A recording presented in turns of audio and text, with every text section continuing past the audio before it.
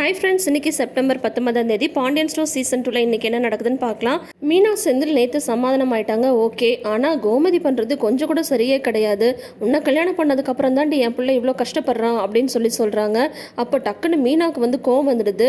அவள் என்ன அவளை கதிரை கல்யாணம் பண்ணி வைங்கன்னு உங்ககிட்ட கேட்டா அப்படின்னு சொல்கிறாங்க. அரசி பக்கத்துலேயே இருக்காங்க. டக்குன்னு அரசி இப்படி திரும்பி பார்க்குறாங்க. ஒன்றும் இல்லைம்மா, நீ படி அப்படின்னு சொல்லிடுறாங்க. ஐயோ, அவசரப்பட்டு உளறிட்டனே அப்படின்னு சொல்லிட்டு அதுக்கப்புறம் அத்தை, நீங்கள் ராஜ் இந்த மாதிரி பேசுறது கொஞ்சம் கூட சரியில்லை. வீட்டுக்கு 10,000 ரூபாய் தரேன்னு அவர் சொன்னார்ல, அதுக்காக ஒரு வேலைக்கு போயிட்டு இருக்காரு. நீங்கள் ராஜி திட்டுறீங்க அப்படின்னு சொல்லிட்டு மீனா உடனே பாயிண்ட் மாற்றி பேசுகிறாங்க. ஆனால் கோமதி ஏய் போதும் நில்லு, நீயும் என்ன நினச்சிட்டு பேசிட்டு இருக்க? அவளுக்கு ஏதாவது நீ சப்போர்ட் பண்ணனா அவ்வளோதான், நீயும் நல்லா வாங்கி கட்டிப்ப. ஏன் இவளுக்கு அப்படியே ராஜபோகமாக தான் இருக்கணுமா? இவளை கல்யாணம் பண்ணதுக்கப்புறம் தானே இவ்வளோ வேலைக்கு போகிறான். வீட்டுக்கு கல்யாணம் பண்ணிக்கிட்டா சரி, அது வரைக்கும் விடு, அதை பற்றி பேச வேண்டாம். கல்யாணம் பண்ணிட்டு வந்ததுக்கப்புறம் அப்பா கையிலேருந்து காசு வாங்க வேணான்னு சொல்லி தனியாக வேலைக்கு போகிறான், சம்பாதிக்கிறான், எல்லாம் ஓகே, நான் ஒத்துக்கிறேன். ஆனால் இப்படி நைட்டாக வண்டி ஓட்டணும், வேலைக்கு போகணுன்றதுலாம் எப்போல்லாம் அவன் பண்ணிட்டு இருக்கான். இவன் டியூஷன் சொல்லிட்டு ஒரு விஷயத்தை ஆரம்பிச்சதுக்கப்புறம் தானே. அப்படி என்ன அவன் சம்பாதிக்கிறத மீறி இவளுக்கு செலவு வேண்டி கிடக்கு. இவன் டியூஷனுக்கு போகிறேன்னு சொல்லி சொன்னதுனால தானே அவன் இன்னும் இவளுக்கு காசு பத்தலைன்னு நினச்சிட்டு வேலைக்கு போயிட்டு இருக்கான். அந்த மாதிரி உனக்கு என்ன செலவு வேண்டி கிடக்கு? அந்த மாதிரி உனக்கு சம்பாரிச்சு கொண்டு என் பிள்ளை கொட்டணுமா? என் பாவம், என் பிள்ளை கல்யாணத்துக்கு முன்னாடிலாம் அவன் எவ்வளோ ஜாலியாக சந்தோஷமாக இருந்தான் தெரியுமா? எப்போ உன்னை கல்யாணம் பண்ணாலும் அதோட அந்த சந்தோஷம் போயிடுச்சுன்றாங்க. கோமதி இந்த மாதிரி பேசும்போது நான்லாம் நேரில் இருந்தேன்னு வைங்களேன், நல்லா பிடிச்சி கேட்டு விட்டுருப்பேன். மீனா மாதிரி கூட என்னால் அமைதியாக இருக்க முடியாது. இவங்க திருச்செந்தூரில் ராஜியை பார்த்ததுமே புத்திமதி சொல்லி வீட்டுக்கு கூட்டிகிட்டு வந்திருக்கலாம். அது அவங்க வீட்டு பிரச்சனையா, அது அப்பயே முடிஞ்சிருக்கும். இவங்க என்ன பண்ணாங்க, கோமதி எங்கள் அண்ணன் குடும்பத்தோட கௌரவத்தை காப்பாற்றுறேன்னு சொல்லிட்டு சும்மா இருந்த கதிரை கூப்பிட்டு கல்யாணம் பண்ணி வச்சுட்டு அதுக்கப்புறம் பார்த்தீங்கன்னா இவ புருஷனை பற்றி இவங்களுக்கு தெரியாதா? இவங்க வீட்டுக்காரரை பற்றி இவங்களுக்கு தெரியாதா? தெரியும் தானே. ஏற்கனவே கதிரனாவே அவருக்கு ஆகாது. இப்போ கல்யாணம் வர பண்ணிட்டு வந்தால் அவர் என்ன தூக்கி மடியில் வச்சு கொஞ்சிட்டா இருப்பார்? கண்டிப்பாக ஏதாவது சண்டை தான் பிடிப்பார். எல்லாமே தெரிஞ்சுட்டு அதுக்கப்புறம் பார்த்தீங்கன்னா இப்போ ராஜியை உன்னால தான் என் பையன் வேலைக்கு போகிறான், உன்னால தான் என் பையன் வேலைக்கு போகிறான்னு சொல்கிறதுல என்ன நியாயம் இருக்குது? ராஜி எதுக்கு டியூஷன் எடுக்க போனாங்க? ஹஸ்பண்டுக்கு ஹெல்ப்ஃபுல்லாக இருக்கணும்னு தானே போனாங்க. ஆனால் அதை புரிஞ்சிக்காம இவங்க அண்ணனுங்க சண்டை போட்டதுலேருந்து உன்னால தான் ராஜி கோமதி பேசுறது ரொம்ப ரொம்ப தப்பு. தனித்தனியாக போயிட்டு இருந்த 2 மாட்டையும் பூட்டி ஒரு ஏரில் பூட்டி வச்சுட்டாங்க. இப்போ பார்த்தீங்கன்னா 2 ஒன்றுக்கு முட்டிக்குது அப்படின்னு சொன்னால் அது எப்படி சரியாகும்? அதுலேயும் பார்த்தீங்கன்னா ராஜிக்கு கதிரை கொஞ்சம் கொஞ்சமாக பிடிக்க ஆரம்பிச்சாச்சு. கதிர் வெளியில் சொல்லனாலும் ராஜிக்காக எல்லாமே செய்ய ஆரம்பிச்சிட்டாங்க. அது அவங்க புருஷன் பொண்டாட்டி பிரச்சனை.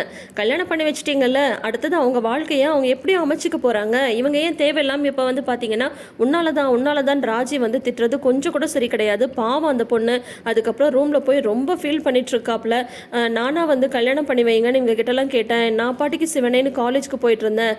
அவசரமாக ஒரு மாப்பிள்ளையை பார்த்து கல்யாணம் பண்ணி வைக்கிறேன்னு சொன்னாங்க. எத்தனை தடவை காலில் விழாத குறையா நான் கெஞ்சிருப்பேன், கல்யாணம் வேண்டான்னு சொல்லிட்டு. ஆனால் அப்படி தான் கல்யாணம் பண்ணியே தான் திரும்பணும்னு என்னை பெற்றவங்க சொல்லிட்டாங்க. அப்புறம் பார்த்தா நம்பக்கூடாது அவனை நம்பி நான் திருச்செந்தூர் போனவளை என்னை அப்படியே விட்டுருந்தா கூட நான் ஏதாவது பண்ணியிருப்பேன், இல்லை செத்தாவது போயிருப்பேன்.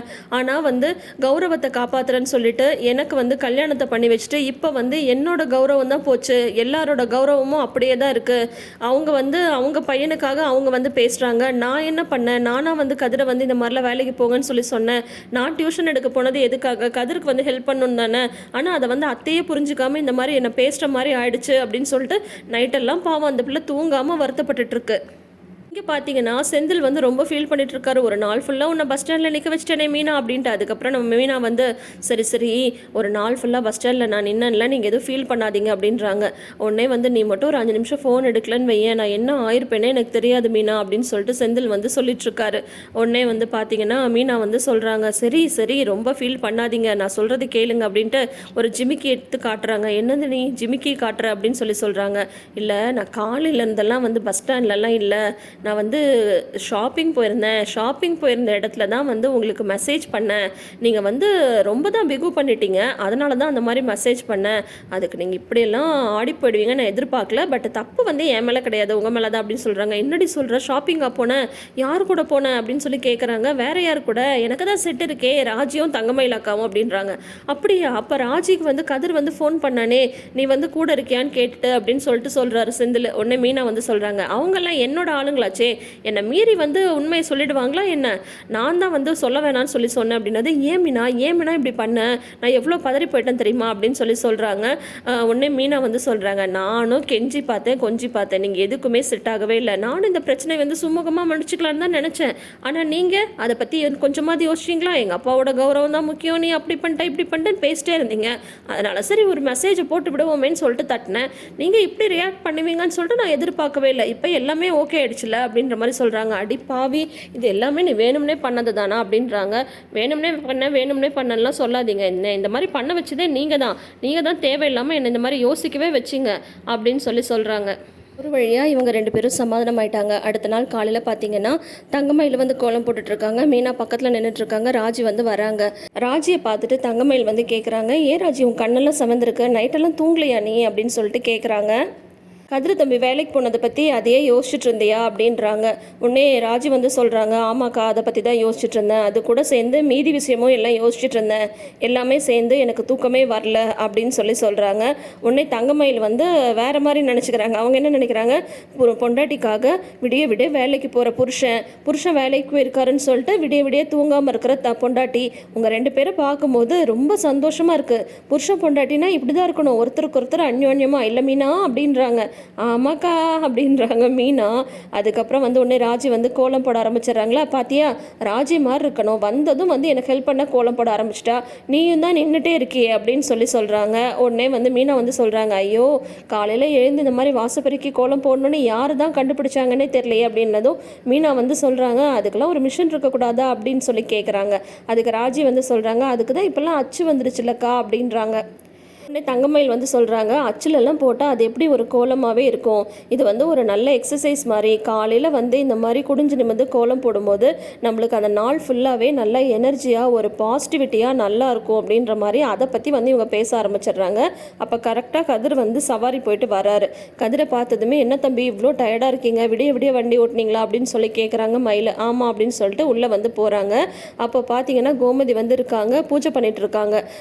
கதிர் வந்ததும் பார்த்தீங்கன்னா விபூதிட்டு விடுறதுக்கு பார்க்குறாங்க. உடனே வந்து இல்லைம்மா வேணாம், நான் இன்னும் குளிக்க கூட இல்லை இப்போ தானே வந்தேன் அப்படின்றாங்க.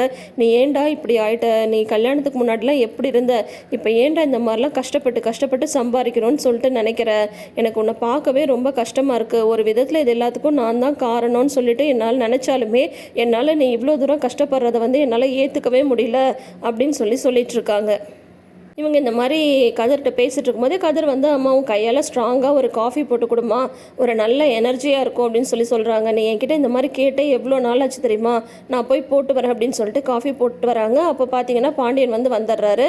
பாண்டியன் வந்து மீனாக்கு வந்து இங்கிலீஷ் பேப்பர்லாம் வாங்கிட்டு வந்து கொடுத்துட்டு, மயில நீ தான் வந்து டிகிரி எல்லாம் படிச்சிருக்கல்லப்பா, நீயும் இங்கிலீஷ் பேப்பர் படி அப்படின்றாங்க. சரிமாம்மா அப்படின்றாங்க மயில். அப்புறம் பாண்டியன் வரதை பார்த்துட்டு கதிர் வந்து உள்ளே போயிடுறாரு.